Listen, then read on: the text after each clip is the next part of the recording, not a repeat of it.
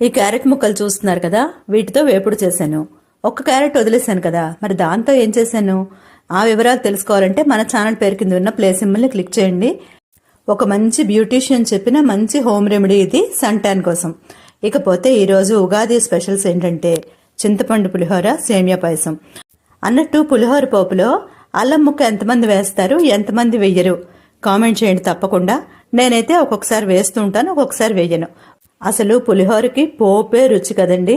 దానిలో గుప్పెడు కరివేపాకు లేకపోతే ఏం బాగుంటుంది చెప్పండి. అసలు 6 నూరైనా కత్తి నూరైనా సరే పండగ నాడు పులిహోర చేయకుండా ఉండలేం. ఎన్ని క్యాలరీస్ లోపలికి వెళ్ళిపోయాయో ఊహించుకుంటేనే భయంగా ఉంది, బెంగగా ఉంది. ఇకపోతే ఉగాది రోజు సాధారణంగా ఏదైనా మంచి పని మొదలు పెడుతూ ఉంటారు కదా. నేను అలాగే ఈరోజు ఒక మంచి పని మొదలెట్టానండి. అంటే నాకు మంచి అనిపించింది అది.